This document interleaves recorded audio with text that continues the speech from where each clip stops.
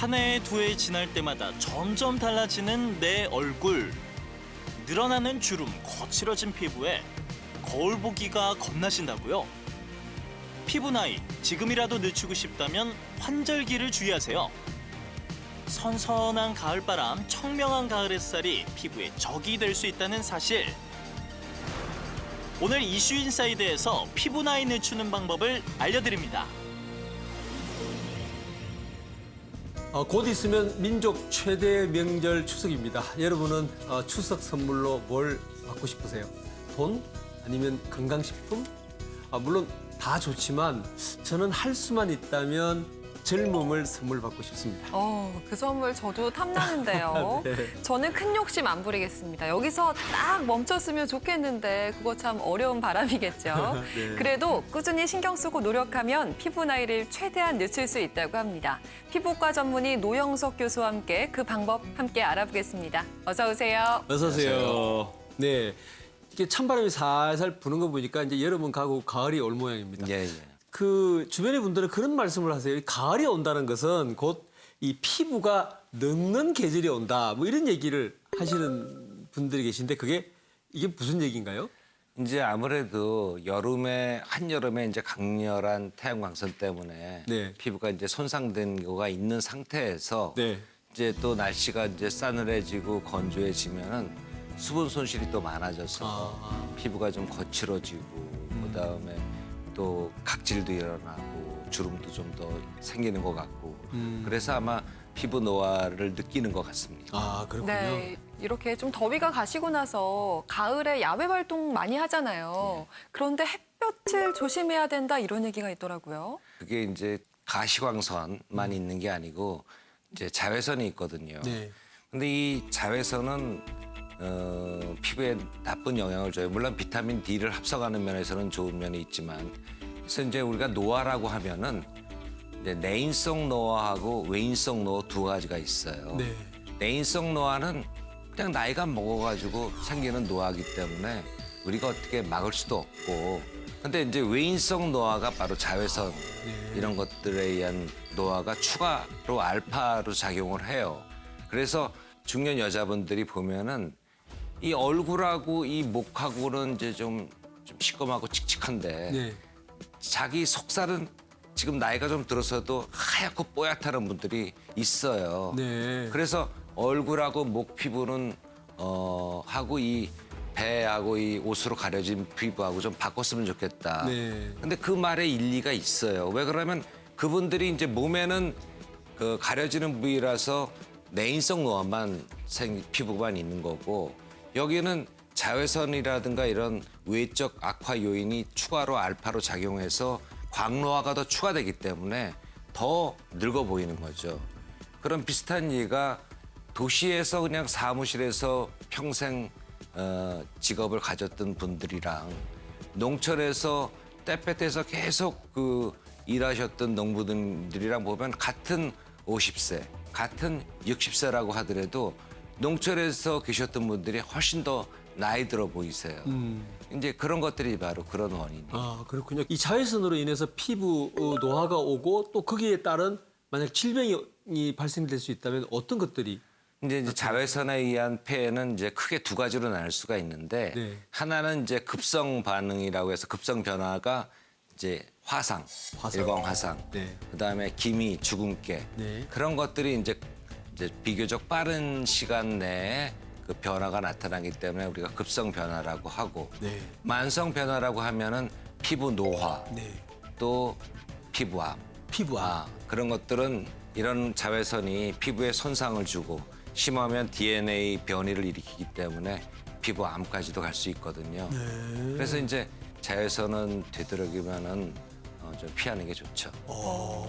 근데 또 피부 노화하면 저는 가장 먼저 생각나는 게 아무래도 검버섯인 것 같더라고요. 검버섯이요. 그런데 이게 아까 말씀해주신 기미랑 주근깨랑 비교해봤을 때 셋 다 뭔가 이 잡티라는 면에서 봤을 때는 비슷해 보이거든요. 어떤 차이가 있는지 궁금합니다. 그러니까 이제 아까도 말씀드렸지만 기미하고 주근깨는 그렇게 오랜 시간에 걸리지 않아요.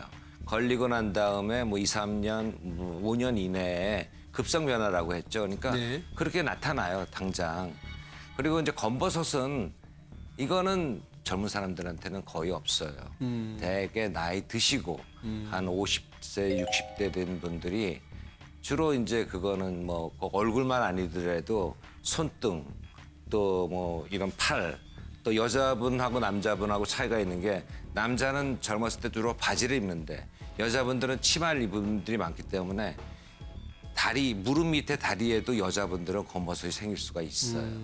아까 얘기를 듣고 보니까 이 금버섯이라는 게 자외선을 통해서 이제 생겨난다 그랬고 또 이 자외선이 또 피부암을 낳는 거라고 또 원인이 될 수 있다라고도 하셨는데 그렇게 보면 금버섯이 많아지면 피부암의 확률이 높다 이런 걱정도 하실 것 같아요. 근데 이제 자외선이 피부암으로 가는 건 아니고 네. 자외선을 많이 받게 되면 검버섯이 생기는 사람이 있고 네. 또 DNA 변이를 일으켜가지고 피부암이 생기는 사람이 있고 그러니까 좀 다르죠. 네, 네. 그리고 또 한 가지는 검버섯은 사이즈라든가 색상이라든가 올라오냐 평평하냐 이런 차이가 있지만 수가 여러 가지가 있는데 근데 피부암은 그 자리에 통증도 있을 수 있고 피도 날 수도 있고 그래요. 그래서 저희가 피부암으로 진단받았는데 이때까지 왜 이렇게 늦게까지 안 왔어요? 하고 제가 이제 물어보면은 그냥 간단한 뭐 피부염인 줄 알고 항생제 먹고 개인병원 다니면서 그러는데 안 났대요. 네. 근데 그거를 무려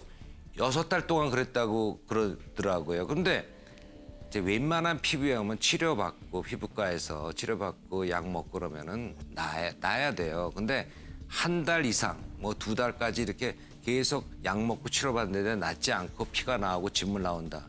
그러면 피부과 전문의를 찾아가서 조직 검사를 하는 게 좋아요. 네. 사실 검버섯이나 기미 주근깨 같은 건 얼굴에 생기면 여성분들의 경우에는 이거 치료하고 싶거든요. 치료 방법은 어떻게 되는지 궁금해요. 이제 치료는 이제 레이저가 요즘 좋은 레이저들이 많이 나왔기 때문에 레이저로 치료를 하는데 효과가 검버섯처럼 색깔이 좀 시꺼멓고 튀어 올라와 있고 하는 것들이 더 치료 효과가 더 좋고 그다음 두 번째가 주근깨고 기미처럼 평평하고 색깔도 그렇게 진하지 않은 거 기미가 제일 치료 효과가 떨어져요. 그 이유는 뭐냐면 이 레이저라는 게 검은 색소를 찾아가서 거기를 파괴시키거든요. 그러니까 검을수록 다 잘 파괴가 돼요. 근데 기미는 검지가 않으니까 잘 찾아가지를 못해요. 정상 주변 조직이랑 비슷하니까. 또 기미라는 게 계속 한번 기미를 레이저로 치료하고 계속 또 일상생활이 밖으로 돌아다니고 야유회도 가고 그러니까 추가되는 악화 요인이 있으니까 또 재발하는 거예요. 결국은 이 자외선을 차단하는 게 굉장히 중요한 것 같은데요. 그 일상생활에서도 예컨대 바깥에 조금만 나갈 기회가 있으면 그냥 이 바깥으로 노출되는 부분은 다 차단제를 발라야 됩니까? 차단제를 바르는 게 좋죠. 근데 네. 차단제를 보면 SPF라고 써 있어요. 네, 써 숫자가. 있어요. 네, 네. 그래가지고 뭐 어떤 건 15, 30, 50, 어떤 네. 건 뭐 옛날에는 100 이런 것도 있었어요. 100도 있었어요? 100도 있었어요. 네. 80. 근데 이제 FDA에서 50 이상은 그렇게 100이랑 차이가 없다. 근데 많은 데서 그냥 100이라고 써놓으면은 가령 예를 들어서 30인 차단제의 3배가 세니까 보통 우리가 2-3시간 이제 바르고 다시 더 빨라야 된다고. 더 빨아야 된다고 네. 하는데 3배를 더 쓸 수가 있다. 그래가지고 6시간 내지 9시간을 더 유지할 수 있다고 생각하시는 분들이 많고 오해가 있어서 요즘은 100은 안 나와요. 네. 그냥 단지 50 플러스 이렇게까지만 나와요. 그래 다음에 그것은 이제 UVB를 이제 막는 수치고 SPF는 그래서 과거에는 SPF만 있었어요. 근데 최근에 와서는 UVA가 또 많이 문제가 되기 때문에 거기 보면은 PA라고 해서 1 포지티브, 2 포지티브, 3 포지티브가 같이 써 있어요. 요즘 네, 와서. PA. 네, 네. 그게 이제 프로텍션 그레이드 오브 UVA라고 해서 이거는 UVA를 또 얼마큼 차단하느냐. 그러니까 UVA가 또 피부암이랑 또 많이 관계가 되거든요. 네. UVB는 화상이랑 많이 더 관계가 되고 그렇지만 둘이 또 이렇게 섞이는 것도 있고 그래서 화상만 안 일으키려고 그러면은 SPF만 있으면 되는데 해수욕장에서 그렇지 말고 노화라든가 약간 피부암 같은 것들은 UVA도 우리가 무시할 수 없기 때문에 최근에 와서는 그 PA가 많이 나오는 거예요. 일상생활에서는 SPF 15, PA 1 포지티브면 돼요. 이 서울에서 있을 때는. 네. 이제 가을 돼가지고 야외에 가고 그럴 때는 이제 SPF 30, 그다음 PA2 포지티브면 되고, 네. 그다음에 여름에 해수욕장 갔을 때는 뭐 워낙에 직사광선도 세지만은 모래라든가 또는 바닷물 때문에 반사되는 것들도 있기 때문에 거기에서는 SPF 한 50, 그다음 PA 3 포지티브는 써야 되죠. 4시간 정도를 이렇게 따가운 햇빛 아래 있다. 그러면 그냥 한 번만 바르고 말거든요. 근데 이걸 한 번만 바르면 되는 게 아니에요. 한 번만 바르면 안 되고 네. 자외선 차단제가 아무리 좋은 게 있어도 우리가 주의해야 될 게 2가지가 있어요. 네.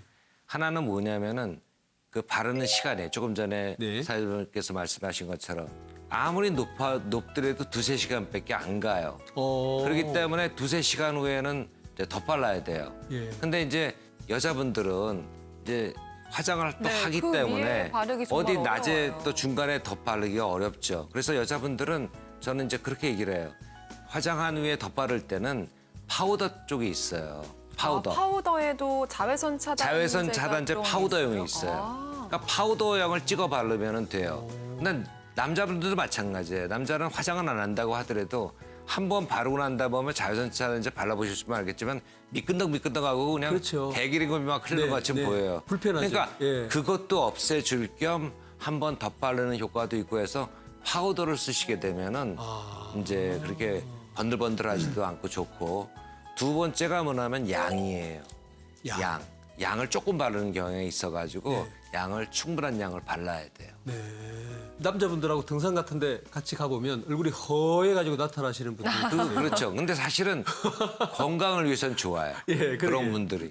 이 자외선 차단제, 저는 개인적으로 자외선 차단제를 그동안 안 발랐었어요. 무슨 남자가 자외선 차단제를 발라 뭐 이런 생각을 좀 갖고 있었는데 오늘 이후부터는 좀 꼭 발라야 되겠기에 계속 제가 여쭤보는 것 근데 같습니다. 자외선 차단제는 지금 안 바르셨는데도 그 정도면 아주 네. 운이 좋으신 거예요.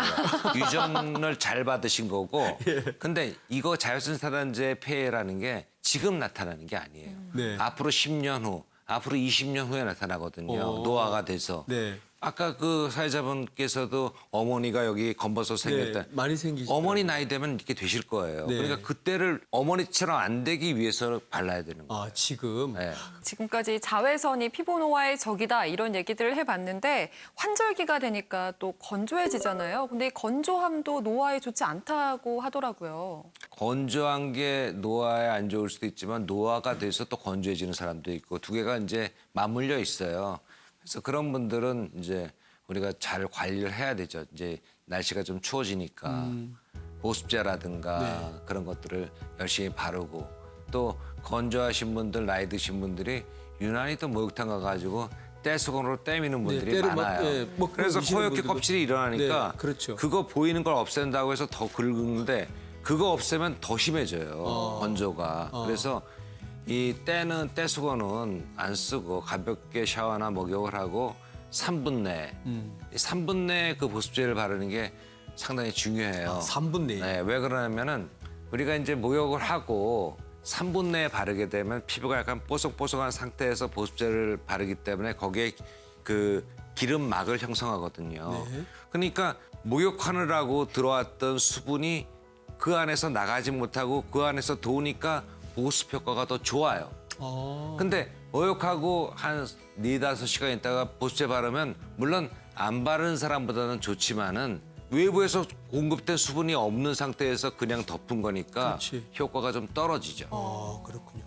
제가 요즘에 제 친구들하고 저녁 식사를 같이 하다 보면 이렇게 앉아서 이렇게 자기도 모르게 그렇죠. 이렇게 긁고 있는 사람들이 굉장히 많아요. 그게 이제 건조해서 그래요.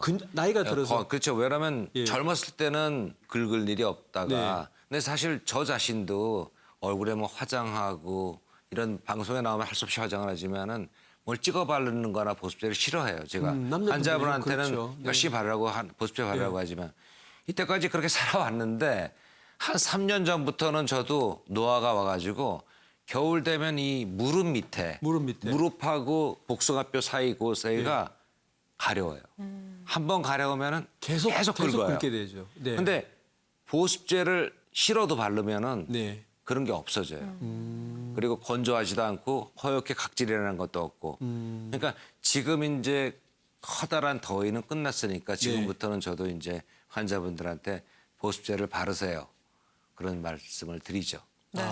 지금부터라도 포기하지 말고 피부를 잘 관리하셔서 피부 나이 늦출 수 있지 않을까 싶습니다. 네, 오늘 알려드린 내용들 꾸준히 실천하셔서 건강한 피부 오래오래 유지하시기 바랍니다. 오늘 좋은 말씀 고맙습니다. 감사합니다. 감사합니다.